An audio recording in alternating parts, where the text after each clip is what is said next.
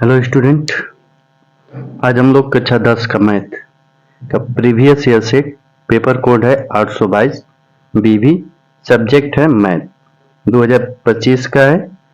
और इसमें जितने भी बहुविकल्पी प्रश्न दिए गए थे, यानी कि खंड अ में 20 बहुविकल्पीय प्रश्न दिए गए थे, इन बहुविकल्पी प्रश्नों को हल करवा दिया गया है। अब इसमें हम लोग खंड ब को हल करेंगे, जिसमें इसमें सवाल दिया गया है वर्णनात्मक प्रश्न। इसको आज हम लोग हल करेंगे। तो ये देखिए, ये पहला क्वेश्चन देखिए, ये क्वेश्चन नंबर खंड ब का, यहाँ पर लिखेंगे खंड, पेपर में इसी तरह लिखना है, आप लोग ध्यान दीजिएगा। खंड ब का हम लोग क्वेश्चन नंबर फर्स्ट को सॉल्व करेंगे। क्वेश्चन नंबर फर्स्ट का ये कौन सा है? क है। तो सॉल्व करेंगे। देखिए क्वेश्चन क्या है। एक लंब वृत्तीय शंकु की ऊंचाई तथा आधार का व्यास क्रमशः 48 सेमी एवं 28 सेमी है। शंकु का आयतन ज्ञात। तो इसमें शंकु का आयतन निकालना है। देखिए इसको हल करते हैं। ऊंचाई कितना दिया है? देखिए ये ऊंचाई पहले दिया है, तो ये पहला वाला होगा 48 सेमी, और आधार का जो व्यास है ये 28 सेमी होगा।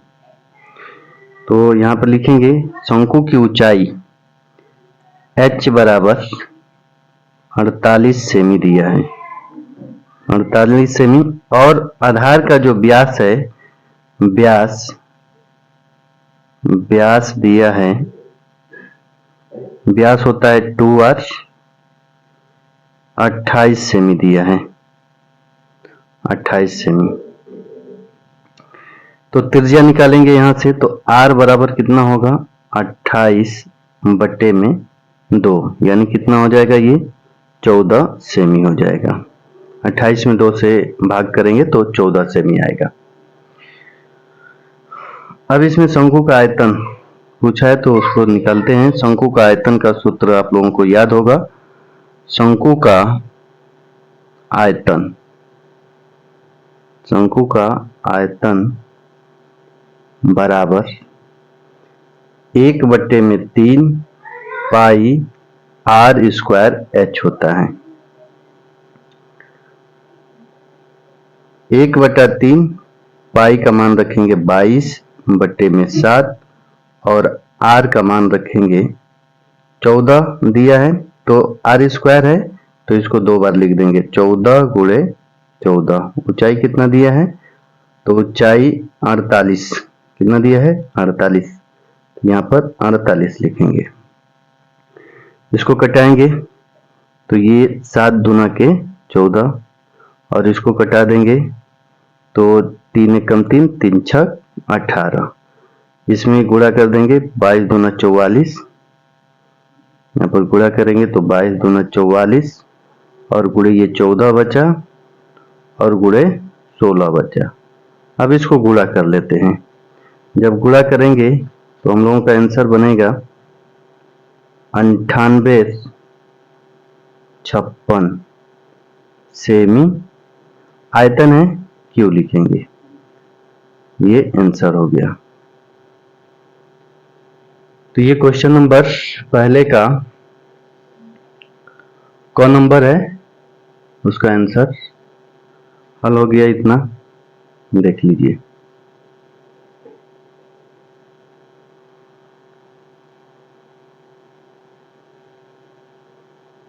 अब क्वेश्चन नंबर दूसरा हल करेंगे। क्वेश्चन नंबर पहले का ख, दूसरा नहीं, क्वेश्चन नंबर पहले का ख। तो यहाँ पर लिखेंगे क्वेश्चन नंबर पहले का ख। इसको अब सॉल्व करेंगे।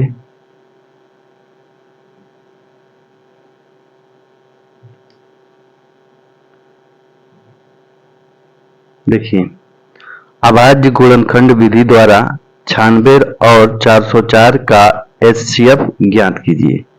तो 96 और 404 का HCF ज्ञात करना है। देखिए यहाँ पर लिखेंगे 96 और 404 का HCF निकालना है। तो यहाँ पर लिखते हैं 96 और 404। 96 का फैक्टर बना लेते हैं। 96 का यहाँ पर फैक्टर बनाएंगे।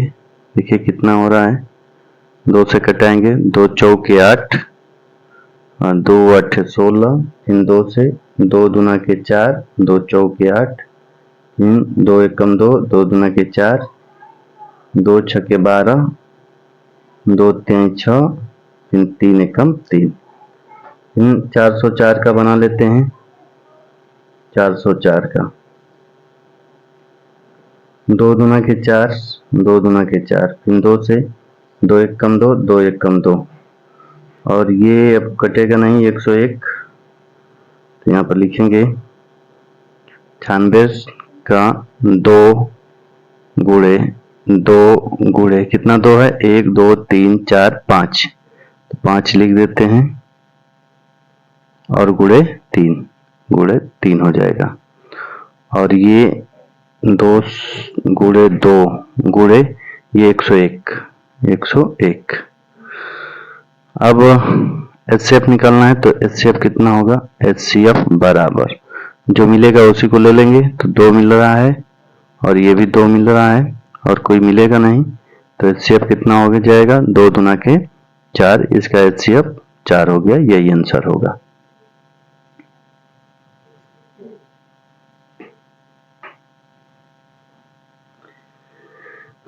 अगला क्वेश्चन देखते हैं।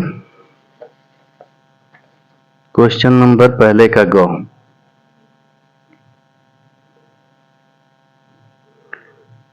क्वेश्चन नंबर पहले का गौ सॉल्व करेंगे।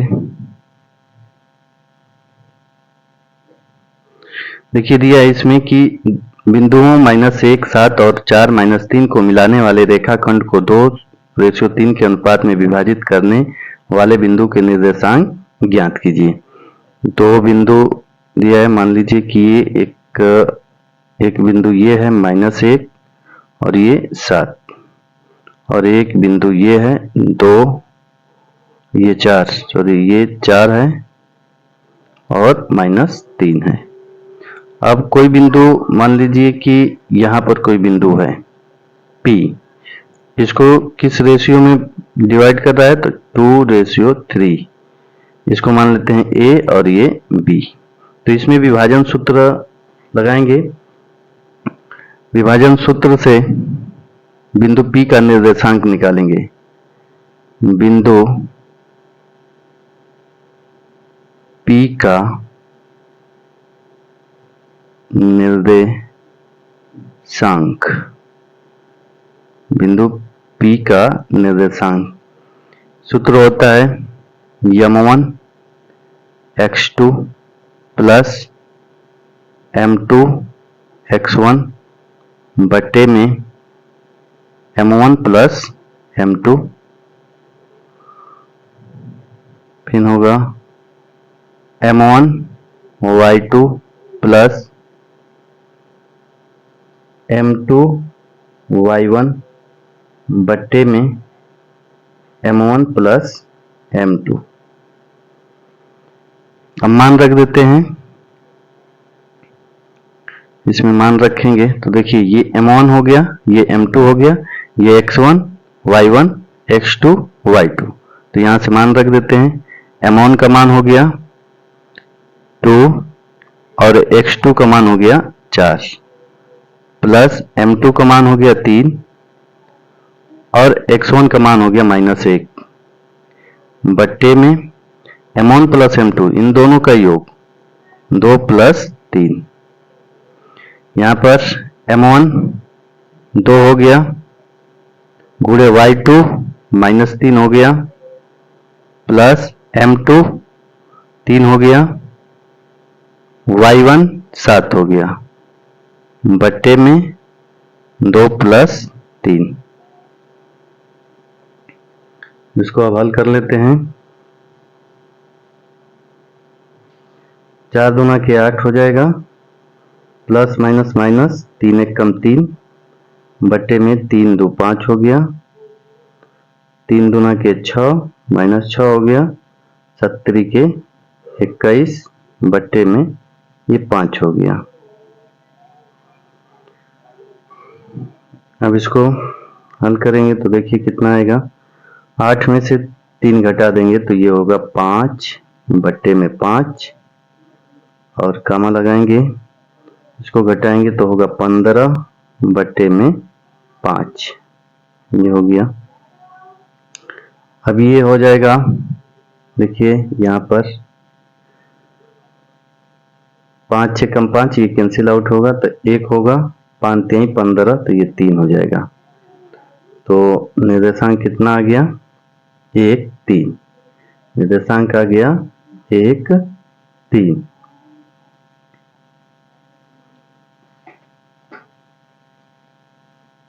ये क्वेश्चन नंबर आपका पहले का ग था।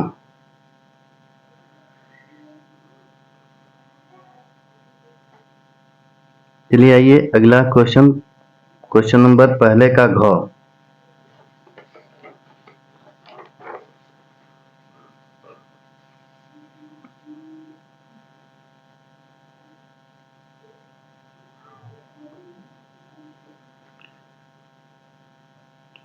क्वेश्चन नंबर पहले का घ। इसमें देखिए सॉल्व करते हैं इसको।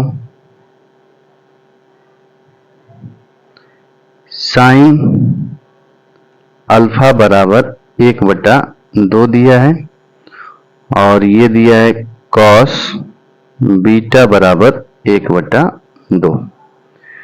तो साइन अल्फा बराबर, ये देखिए साइन में 1/2 मान कब होता है, तो साइन 30 का मान होता है, तो ये हो जाएगा साइन 30 डिग्री। तो साइन साइन कैंसिल करा देंगे तो अल्फा बराबर कितना होगा, ये 30 डिग्री हो जाएगा। यहां पर उसी तरह निकालेंगे, देखिए कॉस बीटा और कास में 1/2 कब होता है, तो कास 60 का मान होता है 1/2। कास ले कास कैंसिल तो बीटा बराबर ये हो जाएगा आपका 60 डिग्री। तो हमको मान किसका पूछा है, अल्फा प्लस बीटा का। तो यहाँ पर लिखेंगे इसलिए अल्फा और बीटा बराबर, अल्फा का मान 30 और बीटा का मान 60 बराबर कितना हो जाएगा, 90 डिग्री हो जाएगा। यही आंसर होगा।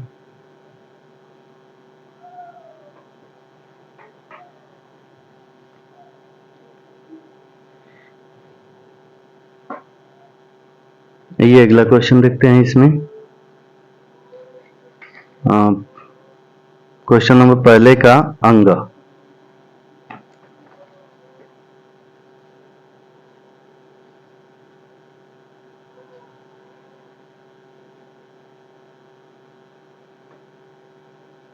क्वेश्चन नंबर पहले का ये अंग है, इसको सॉल्व करते हैं। देखिए बोला है -6 8 की मूल बिंदु से दूरी कितना है। तो मूल बिंदु का निर्देशांक कितना होता है, 0 0। और डायरेक्ट इसको दूरी सूत्र पर लिखें तो d बराबर होता है रूट में x1 का स्क्वायर प्लस y1 का स्क्वायर। मूल बिंदु से दूरी d बराबर रूट में x1 square plus y1 square. x1 का मान यहाँ पर कितना है, -6, तो -6 का स्क्वायर हो जाएगा और प्लस y1 8 का स्क्वायर हो जाएगा। तो ये हो जाएगा रूट में 36 प्लस 64। जब इसको जोड़ेंगे तो ये हो जाएगा रूट में 100 और 100 का वर्गमूल निकालें तो 10 आएगा मात्रक यूनिट। यही आंसर होगा।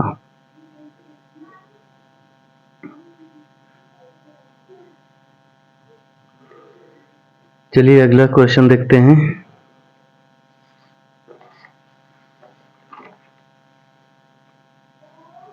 क्वेश्चन नंबर पहले का 4 नंबर है। देखिए यहीं पर हल कर देते हैं। क्वेश्चन नंबर पहले का 4 सिद्ध करना है, इसको सॉल्व करते हैं। देखिए ये दिया है, लेफ्ट हैंड साइड ले लेते हैं, ये लेफ्ट हैंड साइड और ये राइट हैंड साइड को हल करके लाना है। तो cot a minus cos a बट्टे में cot a plus cos a। cot a को तोड़ देते हैं।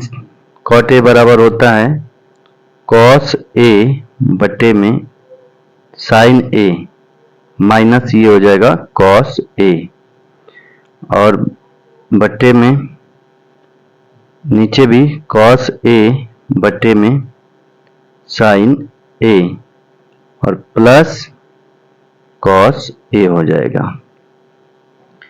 यहाँ पर देखिए, यहाँ पर एक लिख दें और यहाँ पर एक लिखें तो अंश में दोनों तरफ कास कास है और यहाँ पर भी कास कास है, तो कॉमन ले लेते हैं। जब कॉमन लेंगे तो बनेगा कितना, देखिए cos a जब कॉमन लेंगे तो यहाँ पर बनेगा 1 बटे sin a, क्योंकि cos a तो बाहर हो गया और माइनस यहाँ से cos a बाहर होगा तो 1 बटे में 1 होगा, यानी 1 लिखते हैं। और यहाँ पर भी cos कॉमन हो जाएगा तो यहाँ पर 1 बटे में sin a और प्लस 1 बचेगा। अब यहाँ से cos ले cos कैंसिल हो गया। अब 1 अपान sin a को क्या लिख सकते हैं, तो ये होता है cosec a माइनस 1, और 1 अपान sin a को लिखेंगे cosec a और प्लस 1। यही सिद्ध करके लाना है, राइट हैंड साइड हो गया, यही आंसर हो गया।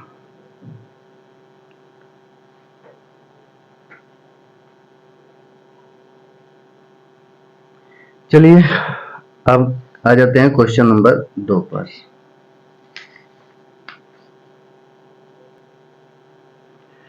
अब देखिए क्वेश्चन नंबर 2, किन्हीं 5 खंडों को हल कीजिए। केवल इसमें 5 खंड करना है। 6 क्वेश्चन दिया है, क ख ग घ अंग च की छ, यानी कि ये 6 क्वेश्चन दिया है, इसमें से 5 क्वेश्चन कोई सा भी करना है, एक स्किप करना है। तो इसमें देखिए क्वेश्चन नंबर अंग जो है बहुत ही कैलकुलेटिव है, मतलब कैलकुलेशन इसमें ज्यादा करना होगा, गुणा भाग ज्यादा है, तो इसको स्किप करना उचित होगा। बाकी आप लोगों का मर्जी, हम इसको स्किप कर देंगे।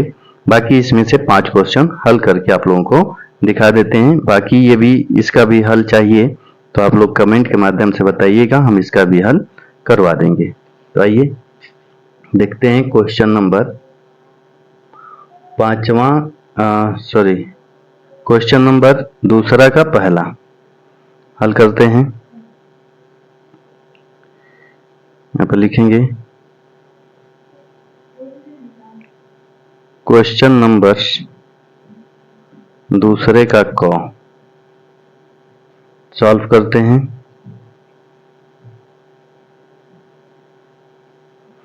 देखिए दिया है किसी एपी का 17वां पद उसके 10वें पद से 7 अधिक है। क्या कह रहा है कि 17वां पद जो है उसके 10वें पद से 7 अधिक है, यानी 17वां पद में से 10वें पद को जब घटाएंगे तो 7 आएगा। इसका सर्वांतर ज्ञात कीजिए। सर्वांतर ज्ञात करना है, यानी कि डी का मान ज्ञात करना है। तो यहाँ पर लिखेंगे A17 माइनस A10 बराबर 7।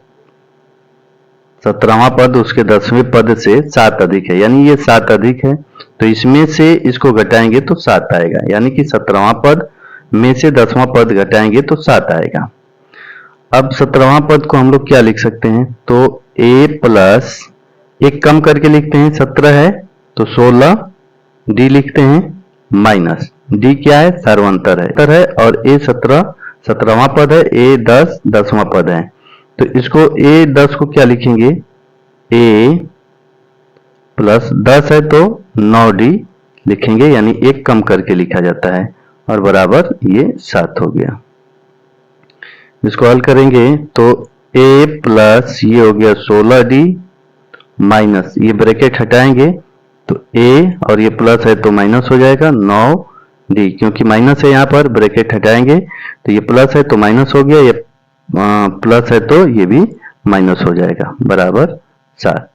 यहाँ से देखें तो A और माइनस A कैंसिल हो जाएगा, 16D माइनस 9D कितना हो जाएगा, 16D में से 9D घटा देंगे तो ये आ जाएगा 7D बराबर 7 हो जाएगा। तो D बराबर 7 बटे में 7, यानी आंसर कितना आ गया 1, यानी सर्वांतर 1 आ गया। ये हो गया आंसर। क्वेश्चन नंबर दूसरे का क, ये क्वेश्चन 4 नंबर का है, और इससे पहले जो क्वेश्चन नंबर 1 था वो 2-2 नंबर का था, और बहुविकल्पी प्रश्न 1-1 नंबर का होता है। अब इसमें हम लोग दूसरे का ख हल करेंगे।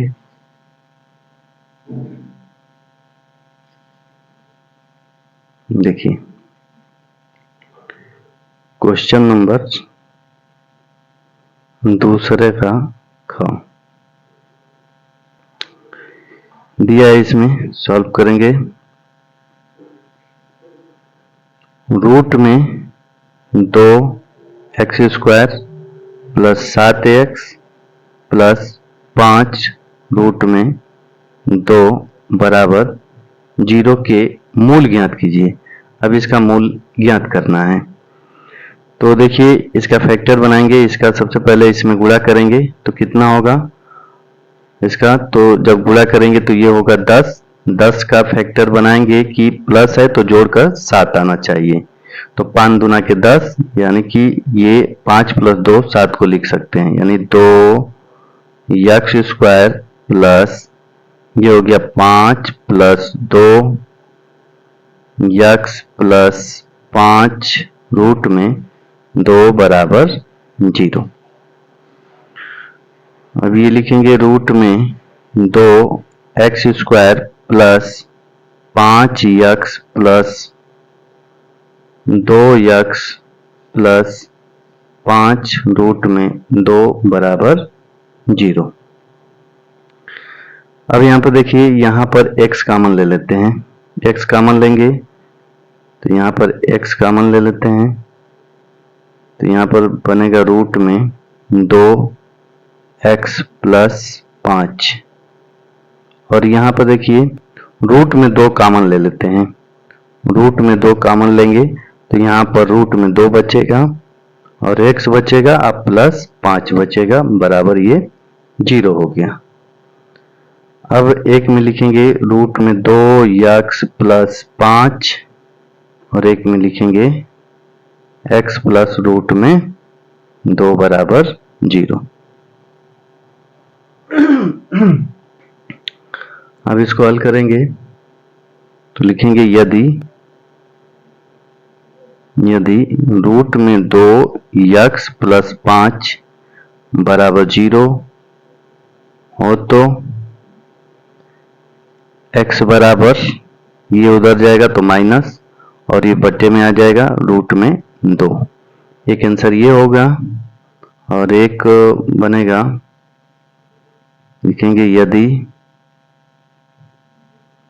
x प्लस रूट में 2 बराबर 0 हो तो x बराबर माइनस रूट में 2। तो इसके दो मूल आ गए, एक x बराबर माइनस 5 बट्टे रूट में 2 और एक माइनस रूट में 2। ये आंसर हो जाएगा। या इसको चाहें तो इसको रेशनलाइज करें, इसका परमीकरण करें तो ये माइनस 5 रूट में 2 बट्टे में 2 हो जाएगा। परमीकरण कर देंगे रूट में 2 का, यानी r का ऊपर नीचे गुणा कर देंगे तो ये आंसर हो गया। x का मान 2 होगा और एक ये होगा। देखिए क्वेश्चन नंबर दूसरा का गौ। एक त्रिभुज ABC की भुजा BC पर D एक बिंदु इस प्रकार है कि कोण ADC बराबर कोण BAC सिद्ध कीजिए कि CA² बराबर CB गुणे CD है। तो ये इसको सिद्ध करते हैं। एक त्रिभुज बना लेते हैं।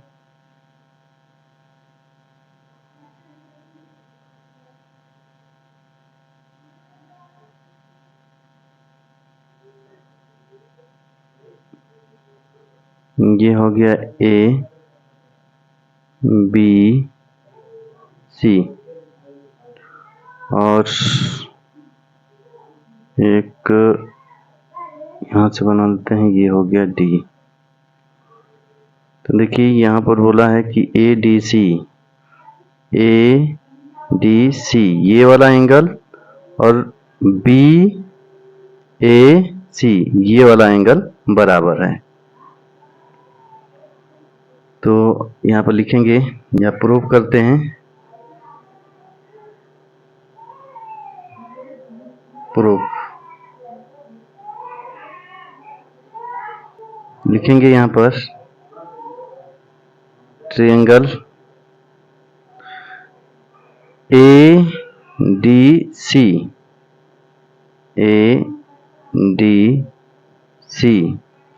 और ट्रायंगल BAC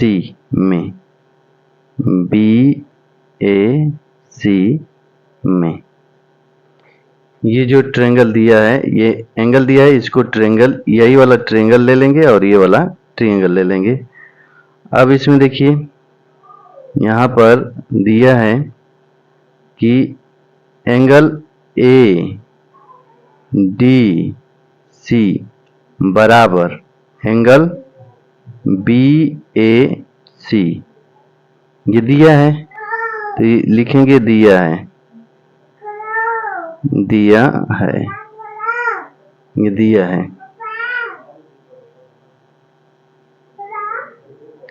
अब यहाँ पर लिखेंगे ट्रायंगल ACD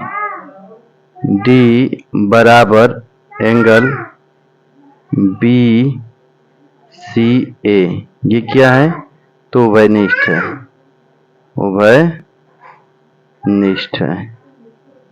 उभयनिष्ठ है। ये देखिए कैसे, यहाँ पर देखिए ACD ये वाला लेंगे तो भी ये एंगल आएगा और BCA ये पूरा त्रिभुज लेंगे तो भी ये आएगा, यानी कि ये उभयनिष्ठ हो गया। जब लिखेंगे यहाँ पर त्रिभुज ADC समरूप है, क्या है? दो एंगल बराबर हो गए तो ये क्या, दोनों त्रिभुज क्या हो जाएंगे? समरूप हो जाएंगे, यानी कि ट्रायंगल BAC ये समरूप हो गए। तो किस नियम से? तो AA समरूपता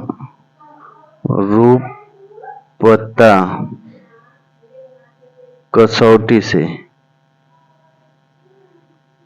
AA समरूपता कसौटी से ये समरूप हो गए। जब ये समरूप हो गए तो हम यहाँ पर लिखेंगे कि हम जानते हैं कि समरूप त्रिभुजों की संगत भुजाएं, समरूप त्रिभुजों की संगत भुजाएं समानुपाती होती हैं। क्या होती हैं? समानुपाती होती हैं। इसलिए CA बटे में CB बराबर CD बटे में CA।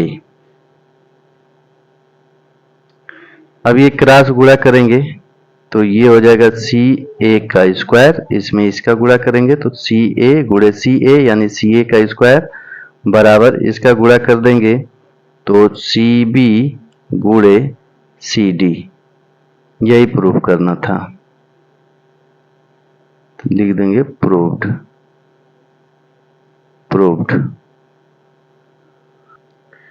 क्वेश्चन नंबर दूसरा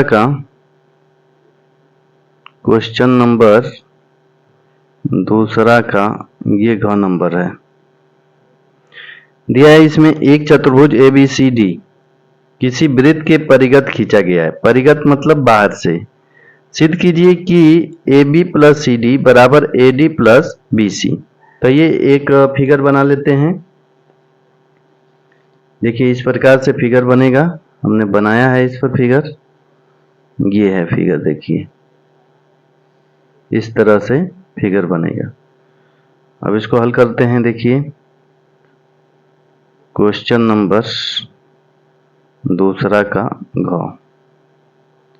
अब इसको हल करेंगे तो देखिए ये वृत्त के बाहर से स्पर्श रेखाएं, बाह्य बिंदु से स्पर्श रेखाएं खींची गई हैं। तो यहाँ पर नाम दे देते हैं।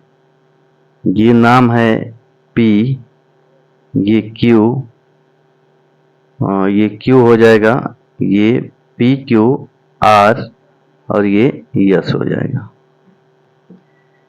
यहाँ पर एक लाइन लिखेंगे यहाँ पर कि एक ही y बिंदु से वृत्त पर खींची गई स्पर्श रेखाएं बराबर होती हैं। यहाँ पर लिखेंगे कि एक ही y बिंदु से वृत्त पर खींची गई स्पर्श रेखाएं बराबर होती हैं। अब देखिए यहाँ पर बिंदु A से ये स्पर्श रेखा खींचा गया है। कहाँ से? बिंदु A से। तो यहाँ पर लिखेंगे AP और AS क्या होगा? बराबर होगा। देखिए यहाँ पर लिखेंगे AP और बराबर होगा AS। क्यों बराबर होगा? तो यहाँ पर लिखेंगे बिंदु A से खींची गई स्पर्श रेखा है, इतना लिखना होगा।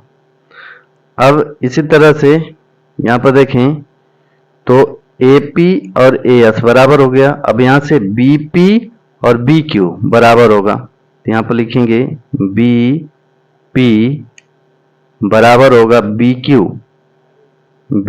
क्यों? क्योंकि ये बिंदु B से खींची गई स्पर्श रेखा है। इसी तरह से यहां से देखें तो